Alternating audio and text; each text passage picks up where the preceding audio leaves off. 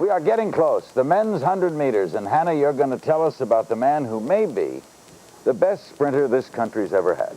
I think so, Larry. You know, there have been others, Bob Hayes, men like him that have dominated their era. But Carl Lewis is the fastest man this country has ever produced, the fastest man this world has ever produced. And thus, he is probably the best known track and field athlete in the world. It's not often that we see the private side of an athlete of the stature of Carl Lewis, and we certainly didn't see his private side for many, many years. But in telling us here of his journey to the Goodwill Games, Carl Lewis did provide us with a private portrait, one that I think will move you, as he tells us of a man who will always be close to his heart.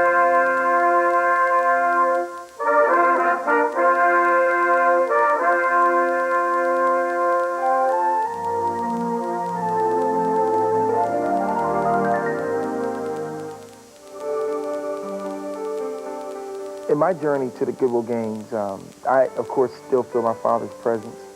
He inspires us, all of us, every day, I would say, because there's always a time when I think about him. He was very, very stern. We were raised very independently to do what we thought was right, but when we did what we either thought was wrong or what was wrong, we were very sternly corrected. I think there's one way I'm like him. I don't really like to hear a lot of bull, to be honest. I mean, I'm a very straightforward type of person. I believe that you try to be as honest as you possibly can. You try to help people because he was a person who helped a lot of people. One thing about him, he was a very good coach. He coached different sports, and he was very successful because he was able to deal with people a lot. And I just hope that I had that skill because he was a tremendous person in terms of dealing with people.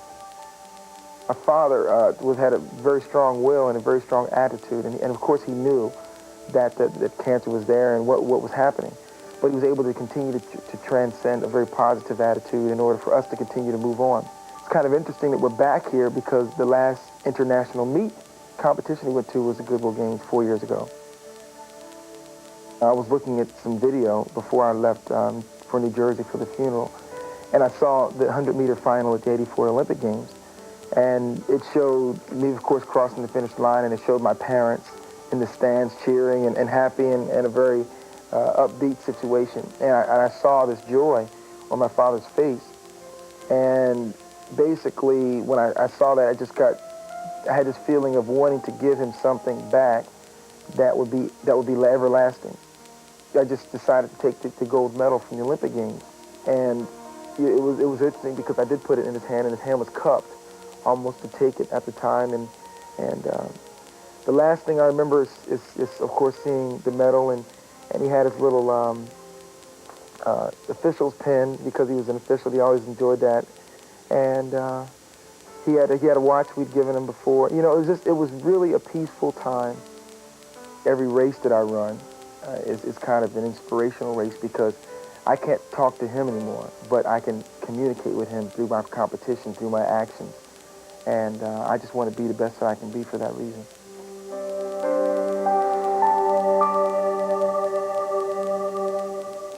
A very moving piece. Brilliantly done, I think. The big race, maybe the race of the summer in track and field. There's the gentleman who's going to be involved in it. Carl Lewis in 9 minutes.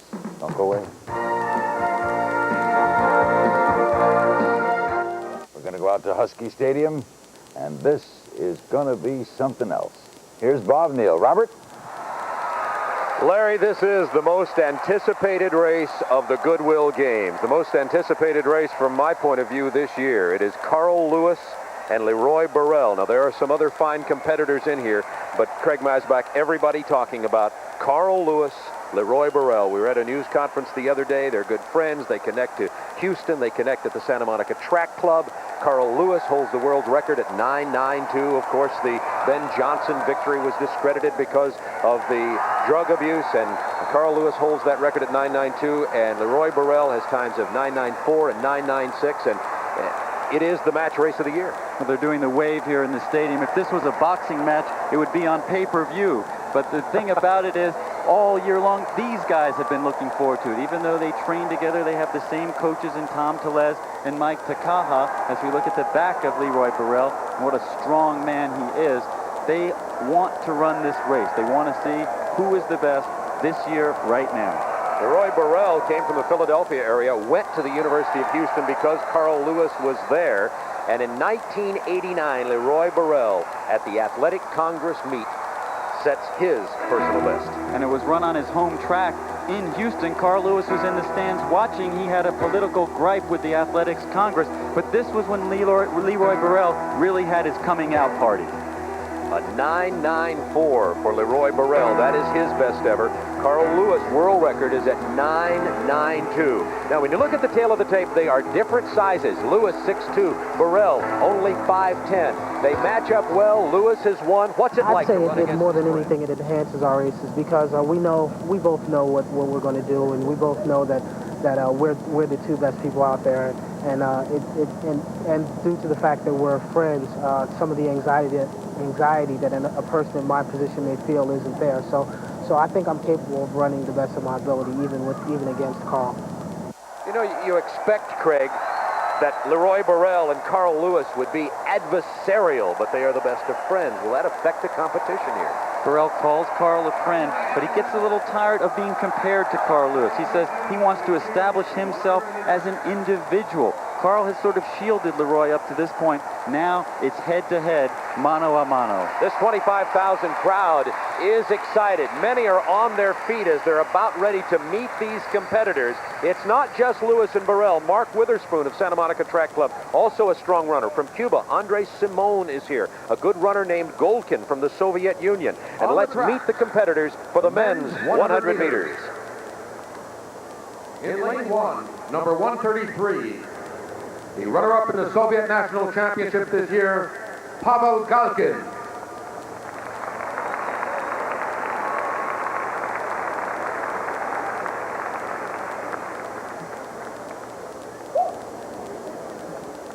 In lane 2, number 34, 1989 World Indoor 60-meter champion from Cuba, Andrés Simón.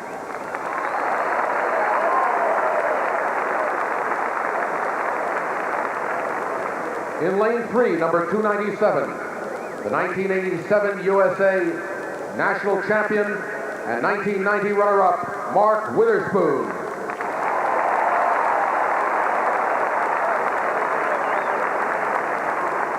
In lane 4, number 257, a 5-time United States 100-meter champion, the owner of 6 Olympic gold medals, including 2 at 100 meters, the world record holder, 9.92 for 100 meters. This is Carl Lewis.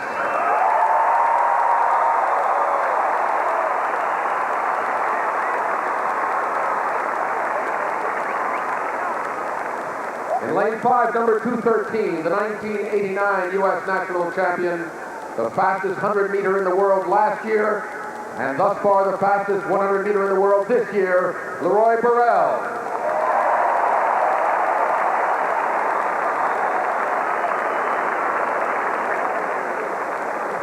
In lane 6, number 324, the world junior champion and World University Games gold medalist, Andrés Cason.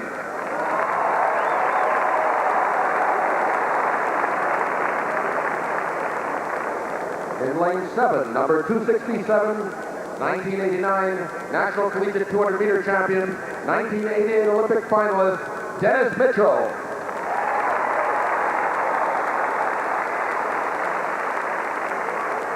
And in lane 8, number 84, the Jamaican national record holder, 2-time former NCAA champion at TCU, the 1987 World Championship bronze medalist, Ray Stewart.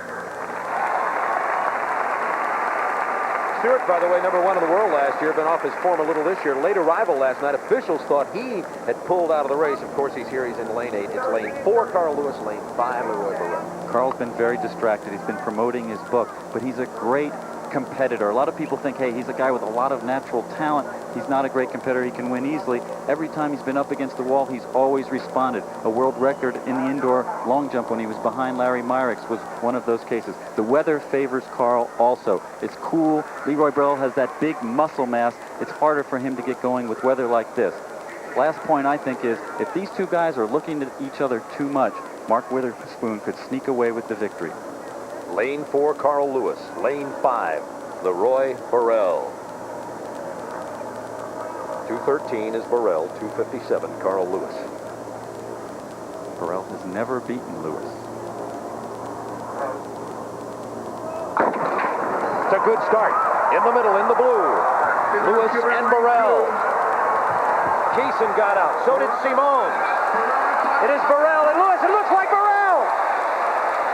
Leroy Burrell has defeated Carl Lewis in the men's 100 meters, 10:07 unofficially. An explosive start for Burrell. Andrés Simón of Cuba was an early leader. Burrell did not decelerate. He held on and held off Carl Lewis for the victory. The biggest challenge for Leroy Burrell was to not forget the lessons of his coach, Tom Tellez and Mike Takaha. They say you want to have a smooth acceleration to your top speed. Carl Lewis in the middle had one of his best starts of the year, but it wasn't enough because once he got into his good running motion, Burrell was right alongside. Burrell is more race fit than Carl is, and he took advantage of that towards the end of the race. He was the one with the big acceleration at the finish, and that was enough for the victory. Leroy Burrell, 23 years old. Carl Lewis turned 29 just earlier this month. Straight on in the blue, Lewis and Burrell. Look at Carl Lewis, uncharacteristically, over on the side of his lane. Usually he's the one that's straight down the middle with everything under control. He lost it a little bit at the start, and I wonder if he got a little greedy at the start. He tried to get away with something, perhaps. Leroy Burrell was a little more controlled this time. Sometimes people say that he lets his brute strength get him out of his good running motion. And while he's trying to take other people out of their comfort zones, he's forgetting his race plan. This time he stuck to his race plan. Look how relaxed he is on the left. His cheeks are jiggling. That's the sign of good sprinting. You relax and let the speed come out. Leroy Burrell, Carl Lewis, and Mark Witherspoon, 1, 2, 3, a sweep for the Houston training partners and a sweep for the Santa Monica Track Club, and Leroy Burrell with his first victory ever over Carl Lewis. Larry King, it's exciting out here at Husky Stadium, the most exciting 10.7 seconds you're going to see. You are so right. And Carol Lewis, Carl's sister, was here to watch it all. Your reaction?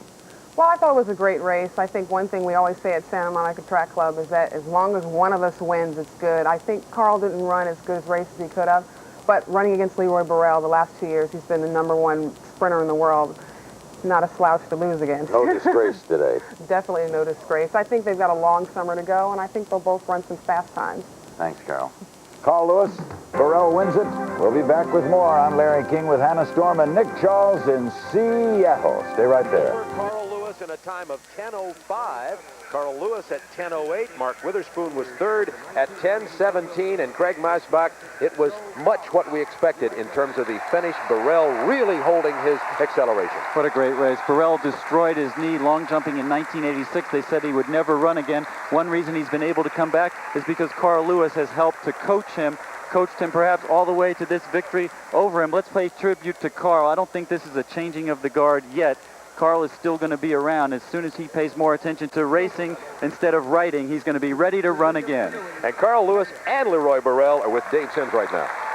All right, thank you, guys. Leroy Burrell, you've never beaten your friend and teammate, Carl Lewis, until now. Tell us about it. Well, I feel as though I got out and I ran my own race, and I think that was the key to the victory. I didn't exactly start well, and I just put it on at the end like I normally do, and it went well. I really thought Carl was right there, and I'm very happy that I was able to outlean him. Carl, your thoughts? Well, Leroy definitely ran a better race than I did today. He was sharper, and he did what he had to do, and he's a great athlete, and the only thing I can say is that I'm still at it. We'll be back, and I think hopefully that gives America a 1-2 punch for a long time. Guys, can I throw one in? Leroy, this is Sure Larry enough, King. Larry. I'm at the IBC Center. Leroy, in a sprint race, do you know that you're going to win it? Was there a moment there where you knew you would not be topped? Well, I felt from the start that I was going to be in it.